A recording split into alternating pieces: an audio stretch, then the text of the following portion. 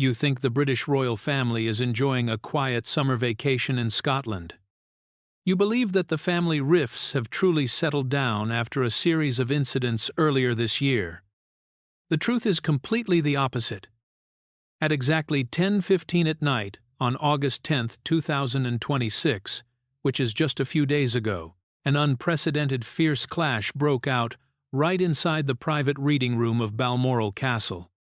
The plan to strip the power of the Princess of Wales and take over the private reserve fund worth £32.5 million, orchestrated by Queen Camilla herself, almost succeeded smoothly. This was a cleverly disguised plot under the guise of reforming and modernizing the monarchy. Without the fierce last-minute intervention of Prince William, Catherine would have certainly lost her core financial source to maintain her patronage projects, and that entire massive amount of money would have fallen straight into the hands of an underground control council. But the final development of that night was what truly made the public uproar. King Charles, when pushed into a corner, made a trade-off decision that would make anyone who heard it outraged. Before we step through the door of the reading room that night to uncover the whole truth, let me know your thoughts. In a core conflict of interest, do you think King Charles would prioritize protecting his wife or his future daughter-in-law? Please comment number 1 if you choose Queen Camilla, and comment number 2 if you believe the king will protect Catherine. To understand why Queen Camilla could confidently map out such an ambitious plan, we must go back to the early days of August 2026, when King Charles decided to retreat to Balmoral to rest. In early August 2026, the British royal family made their annual move to Balmoral Castle in Scotland. In the media, this is always described as a traditional summer vacation where members put aside their work to enjoy peace. But the reality behind closed doors presented a completely different face. Balmoral at this time was not a retreat, but had turned into an isolated fortress of power. At the core of that isolation was King Charles. The health of the king during this period had declined. The prolonged treatments made him tired both physically and mentally. Seizing this golden opportunity, Queen Camilla carried out a strategic move, establishing a perfect information barrier. During normal working days in London, Charles was always surrounded by a team of independent financial advisors.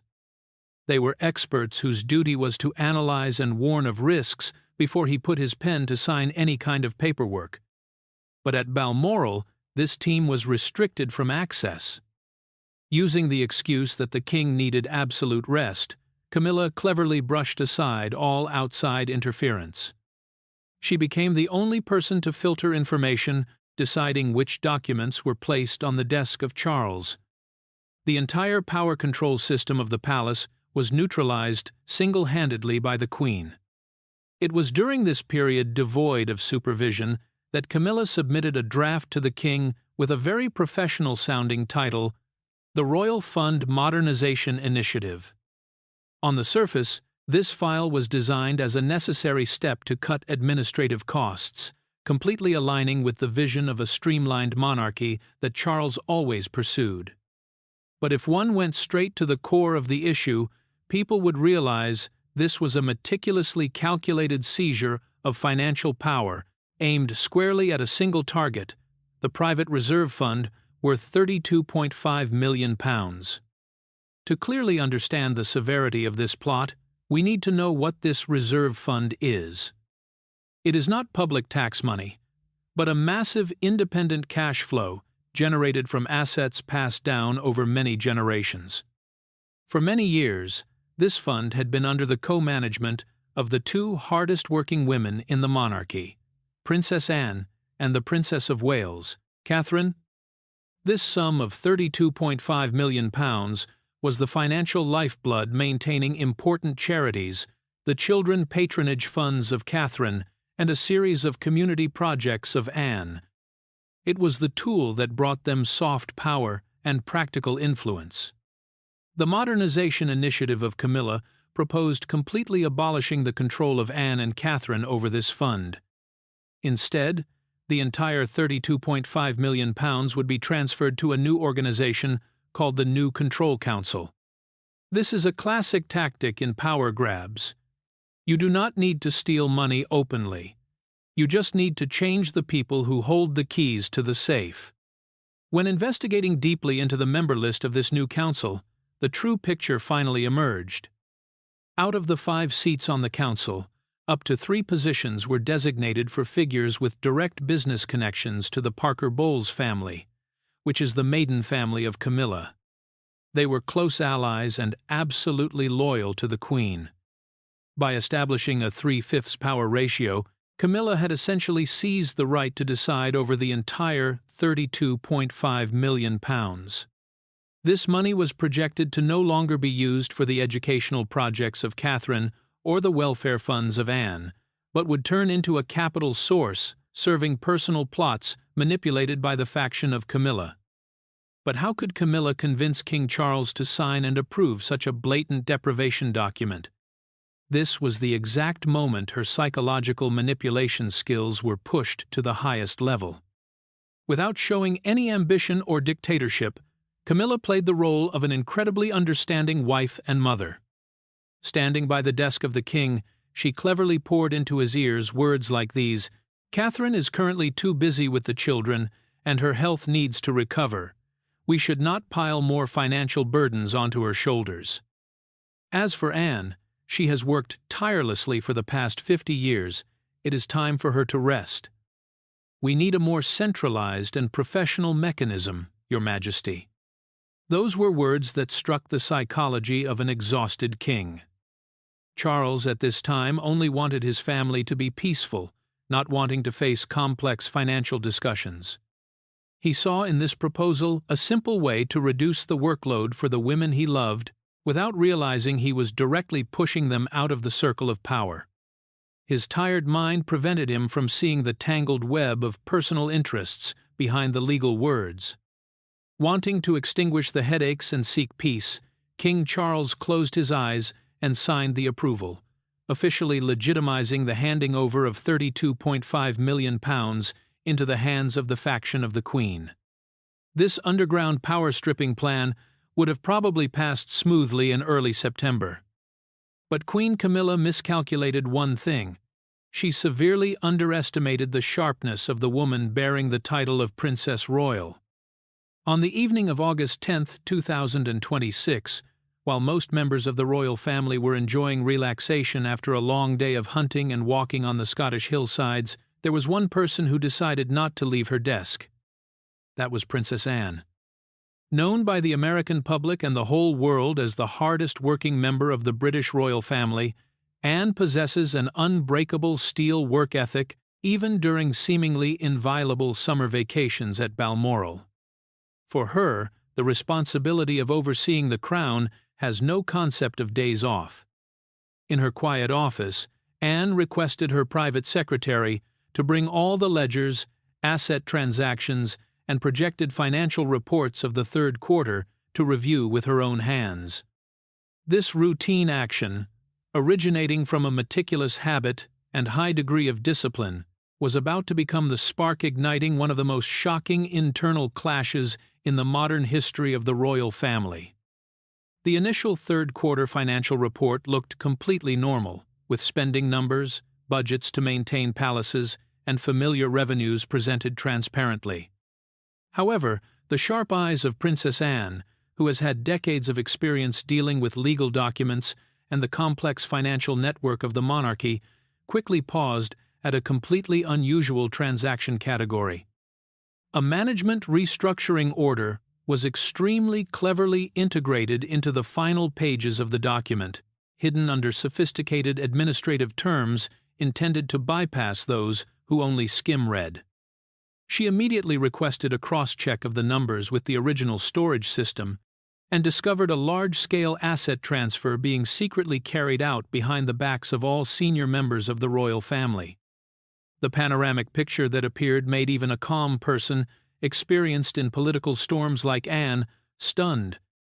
Not only was the entire £32.5 million in cash in the private reserve fund about to be frozen, But another much more vital block of assets was also having its rights determined to be seized.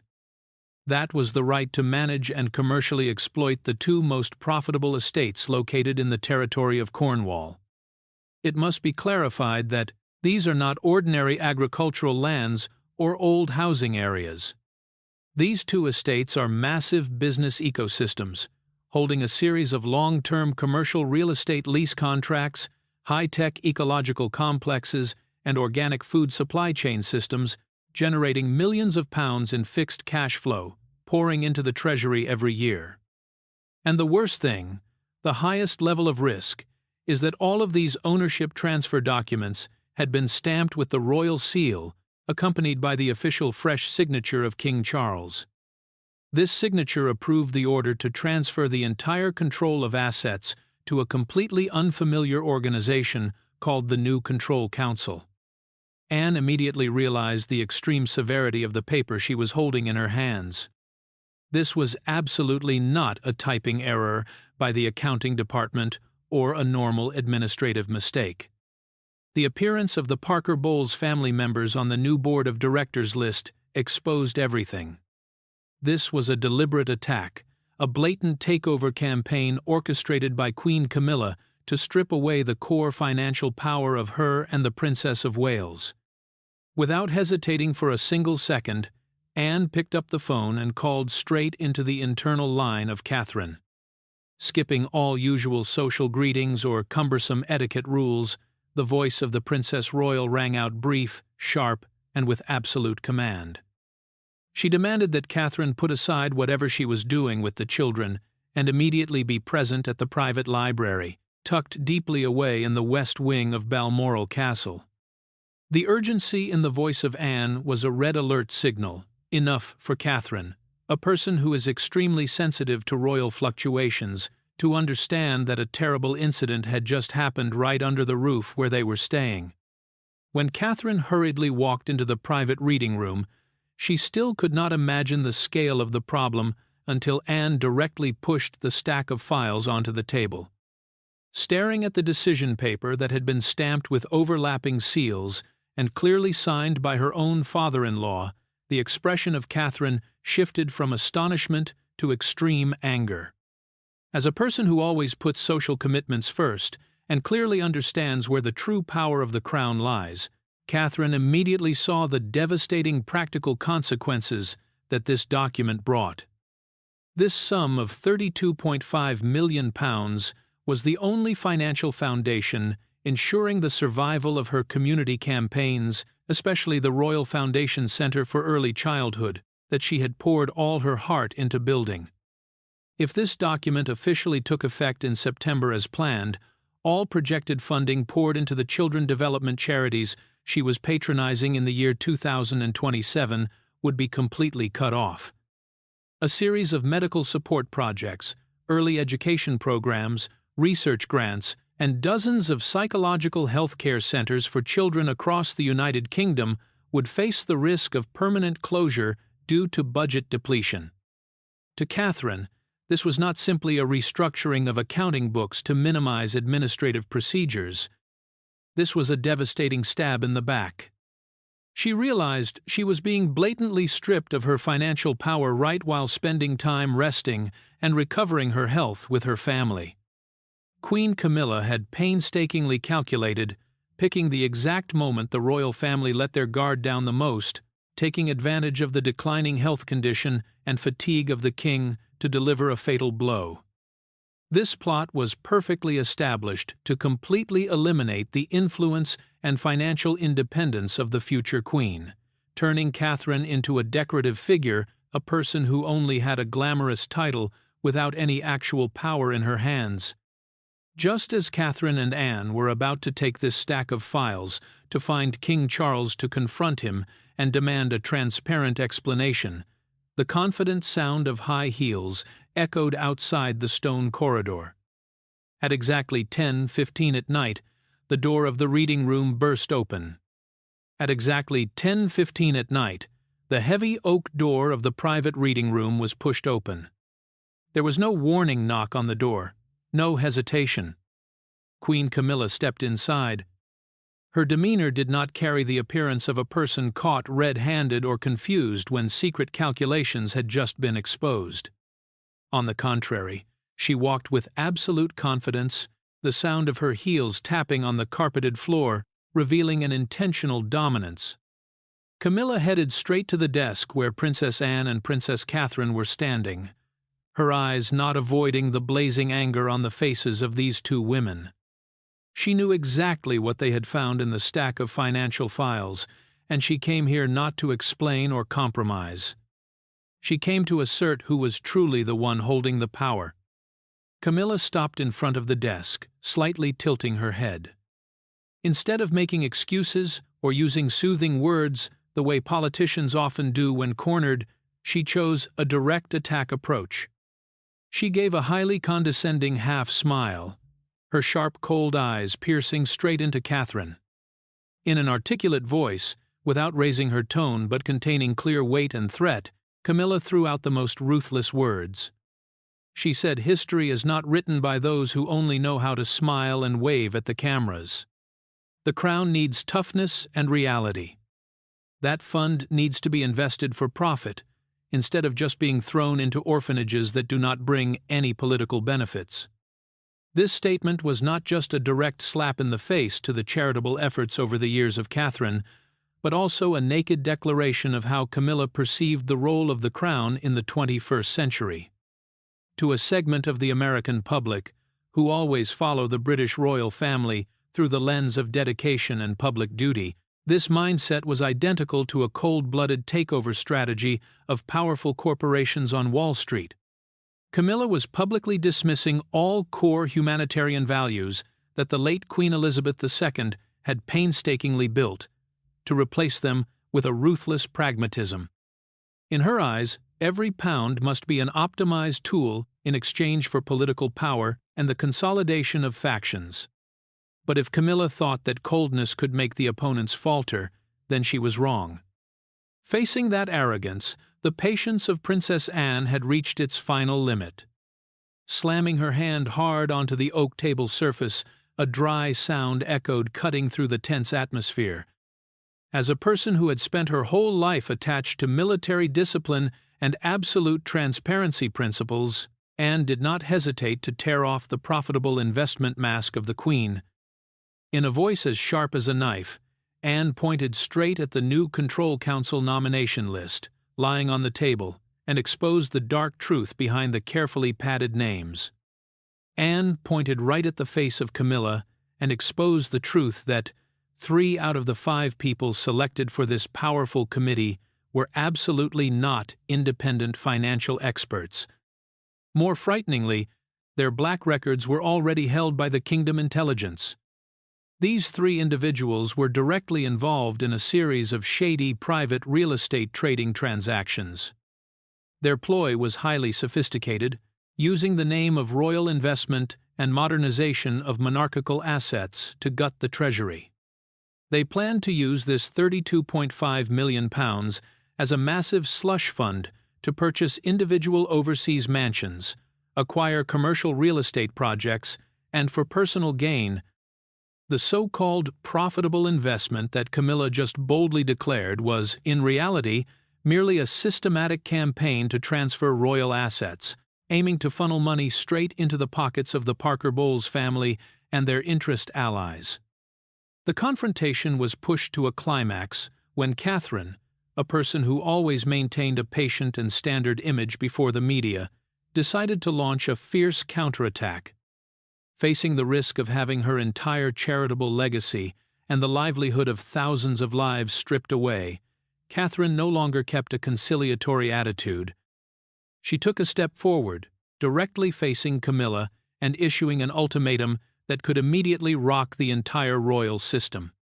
Catherine bluntly declared that if this document was executed, if the royal family truly cut off the core financial source of hundreds of child patronage organizations just to enrich the maiden family of the Queen, she would take the strongest retaliatory action.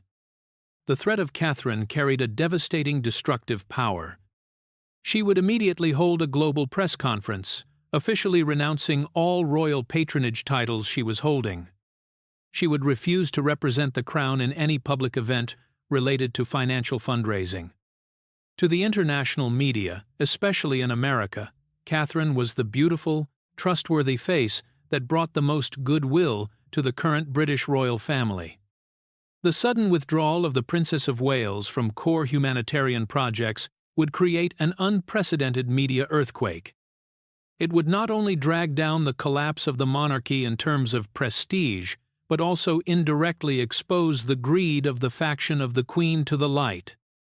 The reputation stock of the royal firm would hit rock bottom, and that was a public relations disaster that Buckingham Palace absolutely could not salvage.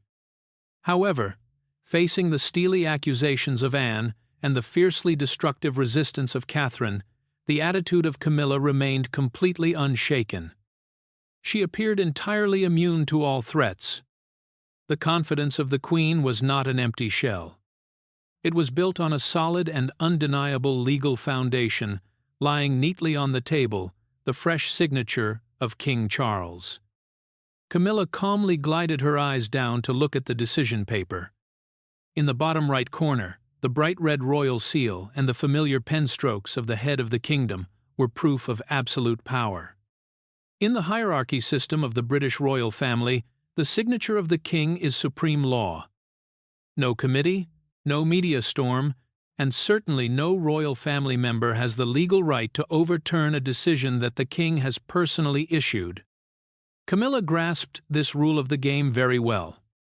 She knew Catherine was a woman who always put the survival of the institution above personal emotions. She firmly believed that, no matter how outraged Catherine was, she would never dare cross the final boundary of publicly confronting her father-in-law directly to create a constitutional crisis. With this piece of paper, Camilla was confident she had cornered the two most powerful women in the royal family into a checkmate position. While the intense confrontation between Queen Camilla, Princess Anne, and Princess Catherine was at its peak, there was a man walking along the western stone corridor of Balmoral Castle. Prince William, after completing a late working call with his private advisory team at Kensington Palace, was going to look for his wife. He approached near the private reading room area when he accidentally heard the sounds of argument slipping through the crack of the oak door. Not stepping in right away, William stopped. Standing in the shadows of the hallway, the future heir to the throne heard the complete development of the story in its entirety. He heard the blatant threat of Camilla, the strong resistance of his aunt, and above all, the extreme outrage of Catherine when her charitable legacy was brought out as a political bargaining chip. Anger flared up in the heart of William, but that was not the impulsiveness of a young man losing his temper, but rather the cold, calculating wrath of a man ready to do everything to protect his family and his legacy. The reading room door was not just opened, it was pushed strongly to the side. William stepped in with long, decisive strides. Ignoring all royal etiquette and normal rules of conduct, he walked straight to the desk where Queen Camilla was standing. To the astonishment of everyone present, William did not utter any questioning words immediately. He reached out his hand, forcefully snatching the stack of files named the Modernization Initiative right from the hands of Camilla, swinging his arm and throwing it straight down onto the surface of the oak table. The stack of papers slid along, scattering all over the table. The atmosphere instantly changed completely. If just a few seconds ago, Camilla had just confidently overpowered the two women using the supreme power from the signature of the king, then the appearance of William was like a reinforced concrete wall blocking across her plot. The eyes of William looked straight at his stepmother, cold and sharp, no longer holding any concession or attempt to save face here. However, William was pragmatic and smart enough to know that arguing back and forth with Camilla right at this moment was useless. The core of the problem lay in that royal seal and approval signature. Turning sharply around, William ordered the private secretary standing by outside to immediately go to the adjacent resting room to wake up King Charles. This was an almost unprecedented action. Waking up a frail, sick king at 10:30 at night to resolve an internal conflict is a major taboo, but William did not care. To him, this crisis had to be resolved completely tonight, before any single page of document had time to leak to the outside or be legalized on the accounting system of the palace the following morning. Just a few minutes later, King Charles appeared at the door. He was wearing pajamas with a thick robe thrown over, his facial expression clearly showing fatigue, confusion, and a bit of annoyance from being woken up. But when he saw his wife, eldest son, daughter-in-law, and sister standing together in a room with a stack of files scattered on the table, Charles immediately understood that a terrible earthquake had just struck under the roof of Balmoral. As soon as Charles stepped closer, William did not let his father have time to speak up and ask anything. He pulled out from inside his coat pocket a thin brown envelope and slammed it down on top of the plan of Camilla. In a deep, sharp, and uncompromising voice, William began to expose the entire dark truth. He tapped his finger on the list of 5 names belonging to the new Control Council nominated by Camilla and pointed straight at each one of them. William exposed that, since many weeks ago, when he noticed abnormal intervention moves in the internal financial books, he had secretly mobilized a separate investigation team, including MI5 agents and former financial intelligence staff, to closely monitor the money flow of this group of people. And the truth was exposed right on the working desk of the king. Intelligence evidence and financial statements clearly proved that 3 of the close allies of the Parker Bowles family on this list absolutely had no plan to modernize anything for the crown. Their actual business plan was to establish a network of shell companies in tax havens overseas. The moment the £32.5 million was transferred to the new committee, this massive cash flow would immediately be siphoned off to acquire private mega mansions in Europe and invested into secret commercial real estate projects. They intended to use the reserve money of the royal family, cutting off the livelihood of thousands of disabled and orphaned children that Catherine was patronizing day and night to fill their personal greedy pockets under the guise of profitable investment. William turned to look straight into the eyes of King Charles, asking an ironclad question. He asked if his father truly wanted history to remember that, under his reign, the British royal family had stripped away the charity money of children to buy private villas for the family members of the Queen. The undeniable evidence and the investigation report were so detailed that Camilla could not utter a single word of justification, while King Charles stood dead silent. But William did not stop there. To ensure this takeover plot was permanently crushed and never had a chance to return, the heir to the throne decided to launch a fatal attack, striking straight at the economic vital point of the king himself. William moved close to his father, his voice cold, resolute, and carrying the full weight of a future king. He delivered an absolute ultimatum. He said that if this document left this room tonight, he would officially renounce all financial obligations related to the system. Starting from 8 in the morning tomorrow, he would freeze all contributions and completely cut off the revenue stream from the Duchy of Cornwall to the royal family.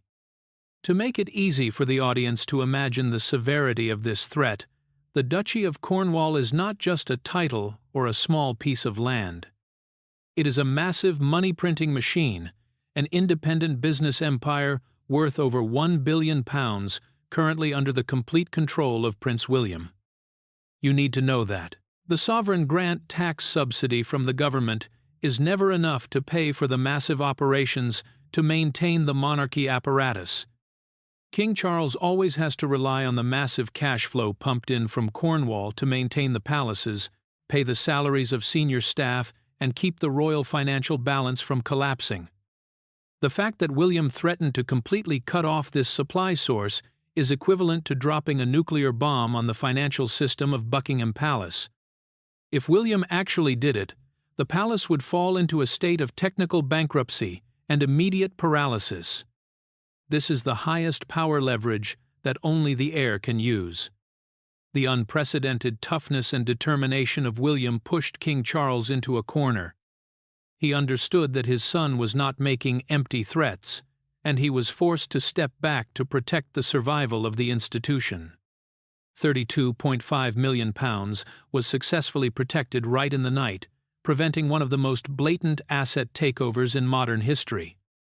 But to extinguish the crisis right on the night of August 10th, and to soothe the ego of a queen who had just been bitterly defeated right in front of her daughter-in-law, King Charles made a terrible concession. A trade-off decision that, as soon as it is revealed, will surely make all the fans of Princess Catherine feel absolute extreme outrage. Facing the destructive ultimatum from his eldest son, King Charles was completely pushed into a dead end. In the sophisticated hierarchy of Buckingham Palace, people rarely see a reigning king having to back down to his heir. But that night, Charles did not have any other choice. The physical exhaustion after prolonged medical treatments, resonating with the terrible pressure from the risk of the royal system defaulting, if William truly cut off the massive cash flow from the Duchy of Cornwall, completely broke his will to resist.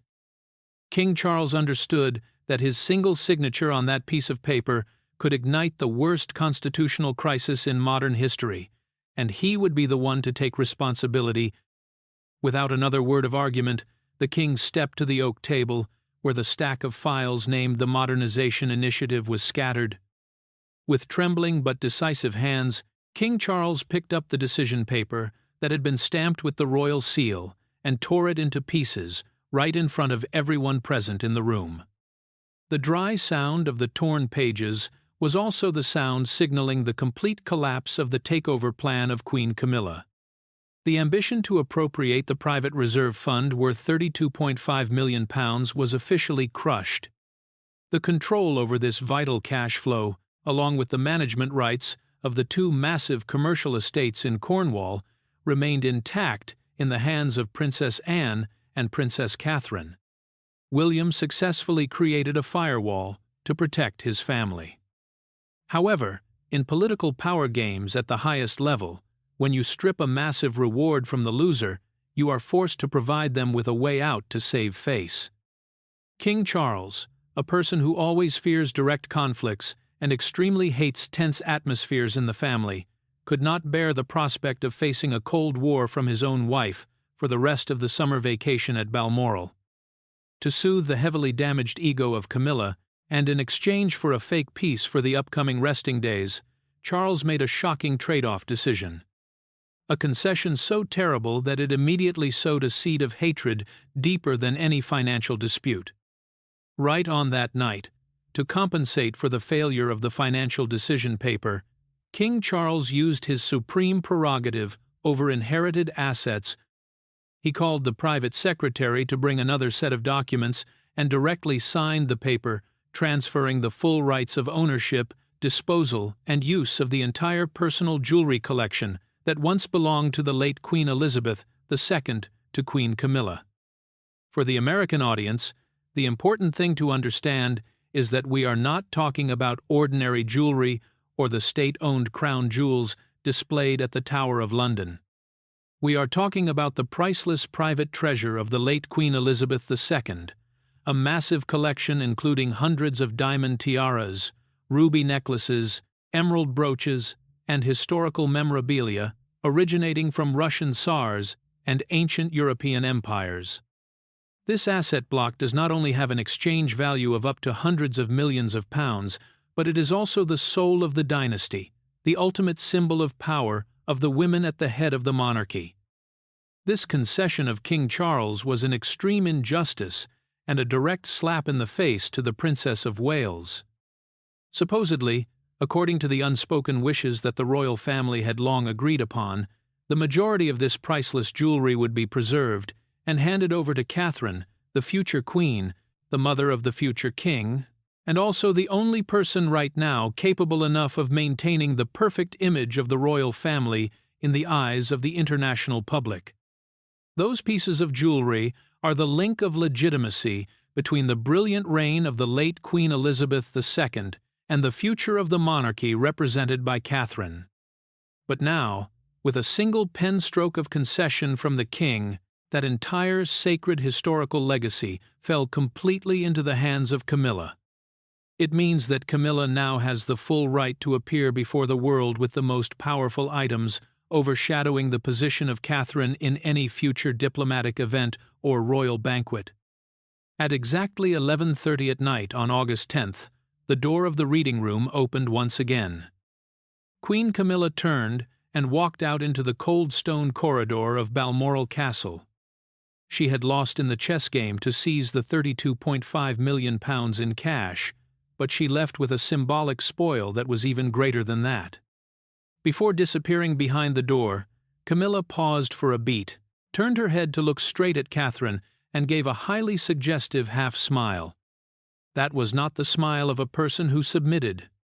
That was the smile of a predator who just tasted blood. The midnight unmasking event closed. The financial books were protected, but its echoes would resound forever. Catherine and William stood there, understanding more clearly than ever that these rifts could not be healed. The plot to strip the money might have been blocked, but the smile of Camilla before she left was the clearest declaration of war. The battle for power, influence, and survival at Buckingham Palace is only truly beginning now, and it will take place ruthlessly, without compromise.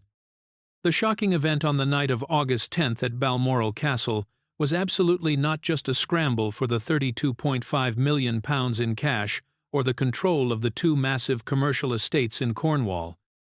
It is the most naked and sharp sketch showing the ambition to seize actual power of Queen Camilla, exposing how she is ready to use every political trick to completely remove Catherine from the royal power. Prince William successfully protected the safety of the charity funds of his wife, but the price to pay was too expensive: the permanent loss of the priceless private memorabilia of the late Queen Elizabeth II into the hands of his own stepmother. What do you think about this contradictory decision of King Charles when he tore up the financial document but conceded to hand over the entire jewelry treasure? Is that a peacemaking move of an exhausted king, or an extreme injustice coming straight down on the Princess of Wales? Please leave your point of view in the comments section so we can dissect the truth together. Do not forget to hit the subscribe button and turn on the notification bell so you do not miss out on the hot internal information from Buckingham Palace. Click right on the video on the screen to continue watching the chilling truth about what Camilla did to the advisory team of Catherine. Goodbye and see you again.